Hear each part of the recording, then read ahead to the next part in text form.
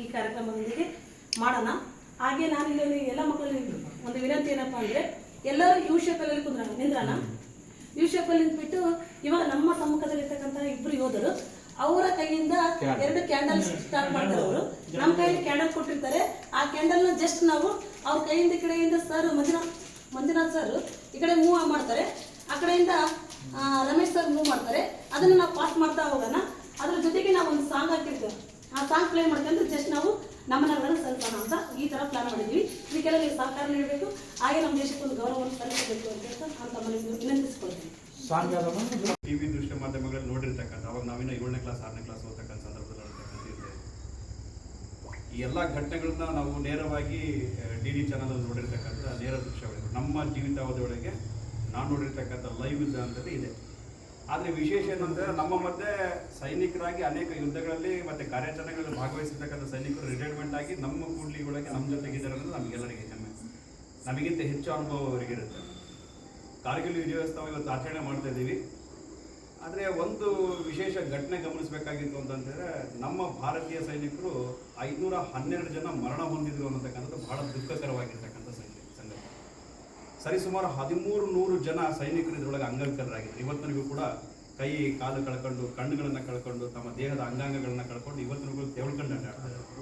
ನಮ್ಮೂರೊಳಗೆ ಹೊಸಳ್ಳಿ ಅಂತಕ್ಕಂಥ ಒಂದು ಊರಿದೆ, ಅದರೊಳಗೆ 2 ಕಾಲುಗಳನ್ನು ಕಾರ್ಗಿಲ್ ಯುದ್ಧದಲ್ಲಿ ಕಳ್ಕೊಂಡಿರ್ತಕ್ಕಂಥ ಸೈನಿಕರು ನಮ್ಮ ಕೂಡ್ಲಿಗರು ಇದ್ದಾರೆ ಅಂತ ಆ ಥರದ್ದೊಂದು ಸಿಚುವೇಶನ್ಸ್ಗಳನ್ನ ನೋಡಿದ್ರೆ 1300 ಜನ ಇವತ್ತು ಅಂಗವಿಕಲರಾಗಿದ್ದಾರೆ. ಅನೇಕ ಕಾರ್ಯಕ್ರಮಗಳನ್ನ ಸೈನಿಕರಿಗೋಸ್ಕರ ಮಾಡಿದ್ದೀವಿ. ವಾರ್ ಆಫ್ ಥ್ಯಾಂಕ್ಸ್ ಕಾರ್ಯಕ್ರಮದಲ್ಲಿ ಕೂಡ್ಲಿಗೆ ದೊಡ್ಡದಾಗಿರ್ತಕ್ಕಂಥ ಕಾರ್ಯಕ್ರಮ ಮಾಡ್ತಾರೆ. ಬಟ್ ನಮಗೇನು ಅಂತಂತೇಳಿದ್ರೆ, ನಮಗೆ ಸೇವೆ ಸಲ್ಲಿಸಲಿಕ್ಕೆ ಅವಕಾಶ ಭಗವಂತ ಕೊಟ್ಟಿಲ್ಲ. ಆದರೆ ನಾವೇನು ಮಾಡಬೇಕು ಅಂತಂತೇಳಿದ್ರೆ, ನಮ್ಮ ದೇಶದಲ್ಲಿ ಸಂಪ್ರದಾಯದ ಪ್ರಕಾರ, ನಮ್ಮ ಧರ್ಮದ ಪ್ರಕಾರ ಏನು ಅಂತಂತೇಳಿದ್ರೆ, ನಾವು ಯಾರಿಗೆ ಮನಸ್ಪೂರ್ವಕವಾಗಿ ಶುಭ ಹಾರೈಸ್ತೀವಿ, ಯಾರಿಗೆ ನಾವು ಒಳ್ಳೇದಾಗಲಿ ಅಂತ ಹರಿಸ್ತೀವಿ, ಅದು ಯಾವುದೋ ಒಂದು ರೂಪದಲ್ಲಿ ಒಬ್ರಿಗೋಗಿ ಮುಟ್ಟುತ್ತೆ ಅಂತೇಳಿ ಭಗವದ್ಗೀತೆಯಲ್ಲಿ ಕೂಡ ನಾವು ಬರೆದಿದ್ದೀವಿ. ಹಾಗಾಗಿ ನಾವೇನು ಅನ್ಕೋಬೇಕು ಅಂತೇಳಿ, ನಮ್ಮ ವೈಯಕ್ತಿಕ ಬೇಡಿಕೆಗಳು, ನಮ್ಮ ವೈಯಕ್ತಿಕವಾಗಿರ್ತಕ್ಕಂಥ ಕಾರ್ಯಗಳು ದಿನನಿತ್ಯ ಇದ್ದೇ ಇರುತ್ತೆ. ಆದರೆ ಒಂದು ಮಲಗೋದ್ರೊಳಗೆ 24 ತಾಸು ಒಳಗೆ 1 ಸೆಕೆಂಡ್ ಆದರೂ, 1 ನಿಮಿಷ ಆದರೂ ನಮ್ಮ ಸೈನಿಕರಿಗೆ ಒಳ್ಳೇದಾಗಲಿ, ದೇವರೇ ಅವ್ರ ಮೇಲೆ ನಿನ್ನ ಆಶೀರ್ವಾದ ಇರಲಿ ಅಂತ ಇಷ್ಟೇ. ನಮ್ಗೆ ಯಾವ ದೇವರು ಅಂತ ಗೊತ್ತಿಲ್ಲ, ನಾನು ಹಿಂದೂ ಆಗಿರಲಿ, ಮುಸ್ಲಿಂ ಆಗಿರಲಿ, ಕ್ರಿಶ್ಚಿಯನ್ ಆಗಿರಲಿ, ಯಾವುದೇ ಧರ್ಮದವರಾಗಿರಲಿ, ನಾವು ನಂಬಿರ್ತಕ್ಕಂಥ ದೇವರಿಗೆ ಒಂದು ಸರಿ ಅವ್ರನ್ನ ಸ್ಮರಣೆ ಮಾಡಿದರೆ, ಯಾವುದೋ ಒಬ್ಬ ಸೈನಿಕರಿಗೆ ಗುಂಡು ತಪ್ಪುತ್ತೇನೋ ನಿಮ್ಮ ಒಂದು ಬೇಡಿಕೆಯಿಂದ, ನಿಮ್ಮ ಒಂದು ಏನೋ ಒಂದು ಕೋರಿಕೆಯಿಂದ ಭಗವಂತ ಅವರಿಗೊಂದು ಆಶೀರ್ವಾದ ಮಾಡ್ತಾನೇನೋ, ಯಾವುದೋ ಒಬ್ಬ ಸೈನಿಕನಿಗೆ ಬೀಳ್ತಕ್ಕಂಥ ಸಂದರ್ಭದಲ್ಲಿ ತಡೆ ಹಿಡಿತಾನೇನೋ ನಮ್ಮ ಒಂದು ಬೇಡಿಕೆಗೋಸ್ಕರ. ಈ ಥರದೊಂದು ಆಲೋಚನೆ ಮಾಡೋದು ತುಂಬ ಉತ್ತಮ. ನಾವು ತಿಂತಕ್ಕಂಥ ಪ್ರತಿಯೊಂದು ತುತ್ತಲ್ಲಿ ಕೂಡ ರೈತರ ಶ್ರಮ ಇದೆ. ಹಾಗೆ ನಾವು ಮಲಗಬೇಕಾದ್ರೆ, ಇವತ್ತು ಶಾಂತ ರೀತಿಯಿಂದ ಮಲಗಬೇಕಾದ್ರೆ ಸೈನಿಕರ ಶ್ರಮ ಇದೆ. ಹಾಗಾಗಿ ನಮಗೋಸ್ಕರ ಹಗಲು ರಾತ್ರಿ ಅಷ್ಟು ಎತ್ತರದ ಪ್ರದೇಶದಲ್ಲಿ ಹೋರಾಟ ಮಾಡ್ತಾರೆ, ನಮ್ಮ ದೇಶನ ಕಾಯ್ತಾ ಇದ್ದಾರೆ ಅಂದರೆ, ಅವ್ರನ್ನ ನಾವು ನೆನೆಸ್ಕೊಳ್ಳೋದು, ಅವ್ರನ್ನ ನಾವು ಮನನ ಮಾಡ್ಕೊಳ್ಳೋದು ನಮ್ಮೆಲ್ಲರ ಆದ್ಯ ಕರ್ತವ್ಯ. ದೇಶಕ್ಕೋಸ್ಕರ ನಾನು ಏನು ಮಾಡ್ತಿದ್ದೀನಿ, ನಾನು ಸೈನ್ಯ ಇಟ್ಕೊಂಡು ಮುಂದಿಟ್ಕೊಂಡು ಹೋರಾಟ ಮಾಡಬೇಕು ಅಂತಂತೇನಿಲ್ಲ. ನಾವು ರಸ್ತೆಯಲ್ಲಿ ನಡಿಬೇಕಾದ್ರೆ ಒಂದು ಬಿದ್ದಿರ್ತಕ್ಕಂಥ ಒಂದು ಮುಳ್ಳನ್ನು ತೆಗೆದು ಸೈಡಿಗೆ ಹಾಕಿದ್ರೆ ಕೂಡ ಅದನ್ನೂ ಒಂದು ಸೇವೆನೆ. ಅಂಥದ್ರಲ್ಲಿ ನಮ್ಮ ಸೈನಿಕರಿಗೋಸ್ಕರ ನಾವೆಲ್ಲರೂ ಕೂಡ ಒಂದು ದಿನ, ನಿಮಿಷ ಬೇಡ, 1 ಗಂಟೆ ಬೇಡ, 1 ಸೆಕೆಂಡ್ ಮಲಗೋಕ್ಕಿಂತ ಮುಂಚೆ ನಮ್ಮ ದೇಶಕ್ಕಿರ್ತಕ್ಕಂಥ ಯಾವುದೋ ಸೈನಿಕರಿಗೆ ಒಳ್ಳೇದಾಗಲಿ ಇಷ್ಟೇ ಬಯಸಿ ನಾವು ಮಲ್ಕೊಂಡ್ರೆ, ನಮ್ಮ 140 ಕೋಟಿ ಜನ ಬದುಕಿದ್ರೆ 140 ಜನ ಕೋಟಿ ಕೂಗು ಒಂದೇ ಸರಿ ಭಗವಂತನಿಗೆ ಮುಟ್ಟುತ್ತೆ. ಯಾವುದಾದ್ರೂ ಒಂದು ರೂಪದಲ್ಲಿ ನಮ್ಮ ಸೈನಿಕರಿಗೆ ಬಲ ಸಿಗುತ್ತೆ. ಇದೊಂದು ಕೆಲಸ ಮಾಡೋಣ ಅಂತ ಹೇಳ್ತಾ, ಇಲ್ಲಿ ತನಕ ಎಲ್ಲರೂ ಮಾತಾಡಿದರೆ ಸಮಯ ಆಗಿದೆ. ನಾನು ಕೂಡ ಸ್ವಲ್ಪ ಲೇಟಾಗಿ ಬಂದಿದ್ದೀನಿ. ಇಮಿಡಿಯೇಟಾಗಿ ಫೋನ್ ಮಾಡಿದ್ರೆ ಈ ಥರ ಇದೆ ಅಂತೇಳಿ, ಸ್ವಲ್ಪ ಮುಂಚೆ ಹೇಳಿದ್ರೆ ಕಾರ್ಯಕ್ರಮ ಇನ್ನೂ ಸ್ವಲ್ಪ ಅಚ್ಚುಕಟ್ಟಾಗಿ ಮಾಡ್ತಿದ್ದೇನೋ ಅನಿಸುತ್ತೆ. ಇಲ್ಲಿಗೆ ತನಕ ಅವಕಾಶ ಮಾಡಿಕೊಟ್ಟಿದ್ರೆ ಎಲ್ಲರಿಗೂ ಕೂಡ ಧನ್ಯವಾದ. ಯಾಕೆ ನರ್ಸ್ರಿ ಒಂದು ತುತ್ತು ಅನ್ನ ಕೊಡ್ತಾನೆ, ಅವನು ರಿಯಲ್ ಎಸ್ಟೇಟು ಆ ಸ್ಟೇಟ್ ಮಾಡಕ್ ಹೋಗಲ್ಲ. ಮನುಷ್ಯ ಮಾಡೋದೇನೋ ತುತ್ತು ಅನ್ನಕ್ಕೋಸ್ಕರನೇ ಹೊಲ ಬೆಳೆದ್ರ ಬೆಳೆ. ಹಂಗಾಗಿ ಪ್ರತಿಯೊಬ್ಬರು ರೈತರು ನೆನೆಸಿ ಊಟ ಮಾಡಿ ನೆಮ್ಮದಿಯಾಗಿರ್ತಾರೆ. ರಾತ್ರಿ ಮಲಗುವಾಗ ದಯಮಾಡಿ ಎಲ್ಲರೂ ಸೈನಿಕರು ನೆನೆಸ್ತಾರೆ. ನೆಮ್ಮದಿಯಾಗಿ ಮಲಗಕ್ಕೆ ಯಾರು ಸೈನಿಕರ ಕಾರಣ. ನಮಗೆ ಕಾರಣ ಏನಾಗುತ್ತೆ, ನಾವು ಸೈನಿಕ ಹೋಗಿ ಕಾರಣ ಮಂಜು ಆದ್ರೆ ನಾನು 99ರಲ್ಲಿ ಕಾರ್ಗಿಲ್ ಯುದ್ಧದಲ್ಲಿ ಬಾಡಿ ಬರ್ತಿದ್ದೀವಿ. ಓದು ಮೆರವಣಿಗೆ ಹೋಗಿ ನಾವು ನಮ್ಮ ಮನಸ್ಸಲ್ಲಿ ಏನು ಬರುತ್ತೆ, ಒಂದೇ ಒಂದು ಬರುತ್ತೆ ಮನಸ್ಸಲ್ಲಿ, ಅಯ್ಯೋ ನಾವು ದೇಶಕ್ಕೋಸ್ಕರ ಇಷ್ಟು ಹೋರಾಡಿದ್ವಿ, ನಮಗೆ ಯಾಕೆಂದ ಅವಕಾಶ ಸಿಗಲ್ಲ, ನಾನು ಹೋಗ್ಬೇಕು ದೇಶಕ್ಕೆ, ನಾನು ಸತಿ ಹೋಗ್ಬೇಕಂತಂದ್ರೆ ನಾವು ಓದಿವಿ. ನಮಗೆ ಅದೊಂದು ನಮಗೆ ಒಂದು ವರ್ಷ ನಮಗೆ ಹಿಂಡ್ತಾರೆ ಅಂತಂದ್ರೆ ಟ್ರೈನಿಂಗ್ ಎಲ್ಲ ಫುಲ್ ಹಿಡಿತಾರೆ. ಟ್ರೈನಿಂಗ್ ಅಂತಂದ್ರೆ ಹಂಗೆ ಇರಲ್ಲ. ಈಗ ನಮಗೆ ರಿಯಾಲಿಟಿನ ಟ್ರೈನಿಂಗ್ ಜಾಸ್ತಿ ಭಾಳ ಹಾರ್ಡ್ ಇರ್ತದೆ. 9 ತಿಂಗಳು ಹಂಗೆ ಮಕ್ಕಳು ಮಗು ತಾಯಿ ಗರ್ಭದಲ್ಲಿ ಮಗು ಕಾಪಾಡ್ತಾರೆ. ಅವ್ರು ನಮ್ಮ ಕಮಾಂಡರ್ಗಳು ಸತಿ ನಮ್ಮ ಕಾಪಾಡಿಕೊಂಡು ನಮಗೆ ಭಾಳ ಟ್ರೈನಿಂಗ್ ಕೊಟ್ಟು ನಮಗೆ ಬಾರ್ಡ್ರಿಗೆ ಕಳಿಸ್ತಾರೆ. ಆ ಟ್ರೈನಿಂಗ್ ಮುಖಾಂತರ ನಮ್ಗೆ ಎಷ್ಟೊಂದು ಎಂಥ ಅಡೆತಡೆ ಬಂದ ಸತಿ ನಾವು ಕುಗ್ಗಲ್ಲ. ನಮ್ಮಲ್ಲಿ ಒಂದೇ ಒಂದು ಸೂತ್ರ ಇರೋದು, ನೀನು ಸಾಯಿ, ನೀನು ಅಮರ, ನಮಗೆ ಏನಂತಾರೆ, ನಮಗೆ ಯಾವ್ದು ಏನಂತಾರೆ, ಇನ್ನೂ ಊಟಪಟ್ಟು ಹೇಳ್ತಾರೆ, ನಮ್ಗೆ ಏನೋ ನೀನು 10 ಸತಿ 10 ಮಂದಿ ಸಹ ಹೊಡೆದು ಸದ್ಯ ಬಡಿದು ಸಾಯಿ, ನೀನು ಅಮರ. ಯಾವತ್ತು ಅಮರ? ಜೀವಂತೂ ಇರಲ್ಲ, ಜೀವ ಶಾಶ್ವತ ಅಲ್ಲ, ಯಾರು ಚಿರಂಜೀವಿ ಅಲ್ಲ. ನೀನು 10 ಸತಿ 10 ಮಂದಿ ಹೊಡೆದು ಸಾಯಿ ಅಂತ ಹೇಳ್ತಾರೆ. ಬೆನ್ನು ಕೊಡಬೇಡ. ಒಬ್ಬರು ಬೆನ್ನು ಕೊಟ್ರೆ ಅಲ್ಲಿ ನಮ್ಮಂಥ ಸೈನಿಕರೆಲ್ಲ ಬೆನ್ನು ಕೊಡ, ಯಾರು ಬೆನ್ನಿಂದ ಗೋಲಿ ಬಿದ್ದಿಲ್ಲ, ಎಲ್ಲ ಮುಂದೆ ಬಿದ್ದಿರೋ ಗೋಲಿಗಳು.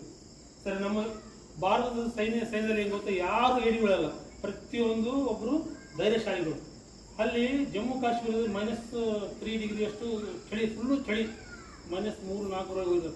ಅಷ್ಟು ಚಳಿಯಲ್ಲಿ ಸತಿ ನಾವು ಪೂರ್ತಿ ನಮಗೆಲ್ಲ ಕೊಟ್ಟಿರೋದು, ಸಿಬ್ಬಿ ಊಟ ಎಲ್ಲ ಕೊಟ್ಟಿರೋದು. ಆದ್ರೆ ಸತಿ ಹಿಮ್ಮತ್ ಬೇಕು, ಅದಕ್ಕೊಂದು ಧೈರ್ಯ ಬೇಕು, ಅಲ್ಲಿನ ಡ್ಯೂಟಿ ಮಾಡೋಕ್ಕೆ, ಇದು ಮಾಡೋಕ್ಕೆ.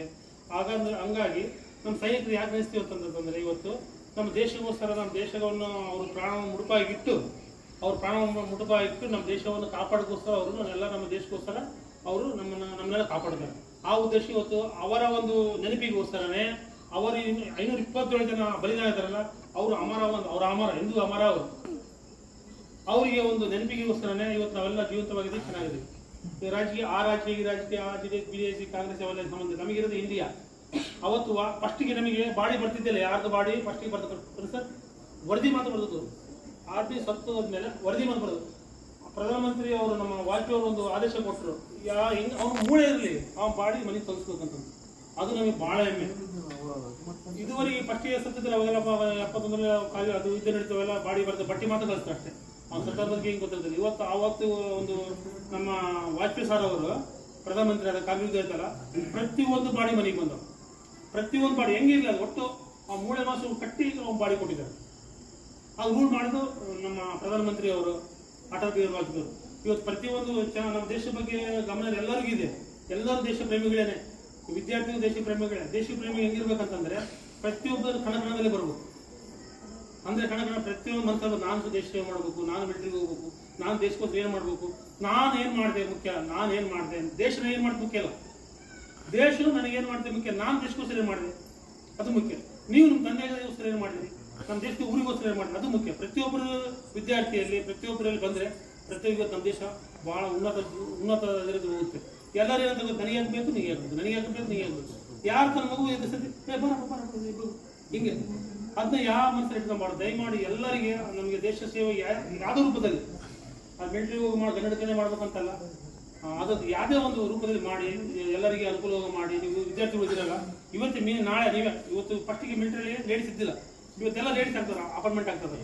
ನಿಮಗೊಂದು ಅವಕಾಶ ಇದೆ. ವೀರ ವನಿತೆಯರು ನಮ್ಮ ವಿಜಯನಗರ ಡಿಸ್ಟಿಕ್ ಒಣಗಿ ಹೋಗುವವನು ಹುಟ್ಟಿದ ನಾಡಿದೆ. ಯಾರು ಒಣಗಿ ಹೋಗಿ ಹುಟ್ಟಿದ ನಾಡು. ಆ ಟೈಮಲ್ಲಿ ಒಣಗಿ ಹೋಗುವವನೇ ಒಂದು ದೊಡ್ಡ ಹೆಸರು ಮಾಡಿದ ಇತಿಹಾಸ ಇದೆ. ಅಂತ ವೀರ ವನಿತೆಯರ ಒಣಗಿ ಹೋಗುವನ ನಾಡಿನ ನಮ್ಮ ಜಿಲ್ಲೆ ವಿಜಯನಗರ ಜಿಲ್ಲೆಯ ಹೊಸಪೇಟೆ ಕೂಡ್ಲಿ ತಾಲೂಕಿನ ಮಹಿಳೆಯರು ನೀವು ಒಂದು ಟಾಪನ್ನು ಹಾಗೆ ಹಾಕ್ತೀರಿ. ಯಾವಾಗಲೂ ನೀವು ಸ್ಮರಿಸಿ ದೇವರ ಹತ್ರ ಬೇಡಿಕೆ ಹೇಳಿ, ತಂದೆ ತಾಯಿ ಆಶೀರ್ವಾದ ಇರಲಿ. ನಮ್ಮ ಜಯಂತ್ ಸರ್ ಹೇಳಿದ್ರು, ಲಾಯರ್ ಮೇಡಮ್ ಹೇಳಿದ್ರು, ನಮ್ಮ ತಂಗಿ ಹೇಳಿದ್ರು, ಮತ್ತೆ ವಿವೇಕ್ ಸರ್ ಹೇಳಿದ್ರು, ಮಂಜಾತ್ ಸರ್ ಹೇಳಿದ್ರು. ಪ್ರತಿಯೊಬ್ಬರು ಯೋಧನೆ. ಅವ್ನು ಮಿಲಿಟರಿ ಹೋಗಿ ಡ್ರೆಸ್ಸಕ್ಕೆ ಗಂಡಿಟ್ಕೊಂಡು ಯೋಧ ಅಲ್ಲ, ಅವ್ನು ಶಿಸ್ತಿನ ಸಿಪಾಯಿ. ಅಂದರೆ ನೀವು ಶಿಸ್ತಾಗಿ ಟೀಚರ್ ಮೇಡಮ್ ಗೌರವ ಕೊಡೋದಾಗಲಿ, ಯಾರನ್ನ ವಯಸ್ಸಾದವರಿಗೆ ಸಹಾಯ ಮಾಡೋದಾಗಲಿ, ಎಲ್ಲದು. ಈಗ ನೋಡು 63 ಬರ್ತೀವಿ ಮೇಡಮ್, ಅಪ್ಪ 63 ಬರ್ತೀವಿ, 63 ಹೊತ್ತು ಅವ್ರಿಗೆ 87 ವರ್ಷ, ಇನ್ನೂರು ಹಿಂಗೆ ಸ್ಟೆಮಿನ ಆಗಿದ್ದಾರೆ. ಈಗ ನಮ್ಮ ಮನೆ ಇದೆ ಹಾಂ, ಇನ್ನೂ ಓಡಾಡ್ತಾರೆ. ಆಕ್ಸಿಡೆಂಟ್ ಆಯ್ತು ಮೊನ್ನೆ ರೀಸೆಂಟ್ ಆಗಿ. ಅವರು ಏನು ಅಷ್ಟು ವಯಸ್ಸು ದೇವೇಂದ್ರ ಪ್ರಸಾದ್ ಫೋನ್ ಮಾಡಿದ್ದೀವಲ್ಲ, ಅಂತ ಪೆಟ್ಟು ಬಿದ್ದ ಸತಿ ಬಳ್ಳು ಹೊಟ್ಟೆ ಅಂತ ಹೇಳೋದು, ಅದರಲ್ಲಿ ಬೈಕ್ ಕೊಡ್ಕೊಂಡು ಮಾಡ್ತಾರೆ. ನಾನು ಒಂಟರಾಗ್ಬಿಟ್ಟಿದ್ದೀನಿ, ಸುಳ್ಳಲ್ಲ. ದೇಶ ಎಷ್ಟೊಂದು ಧೈರ್ಯ ನಿಮಗೆ. ಅವರು ರಿಜಿಸ್ಟ್ರೇಷನ್ ಮಾಡ್ತಾರೆ ಇಲ್ಲ, ಏನು ಗುರಿಗೆ ಹೋಗುತ್ತೆ, ಅಷ್ಟೊಂದು ಧೈರ್ಯ. ಅವ್ರ ಮಗ ಸೈಡ್ BP ಅಂತ ನೋಡಿ, ಅಷ್ಟೊಂದು ಧೈರ್ಯ, ಅಷ್ಟೊಂದು ಇದೆ. ನಾವು ಹೇಳ್ತೀವಿ ಸರ್, ನಮ್ಮ ಕಾಳಜಿ ಬೇಡ, ಕಾರ್ಯ ಬರ್ತೀನಿ, ಬರ್ತಿ ಆಗುತ್ತೆ ಬರತ್ತೆ.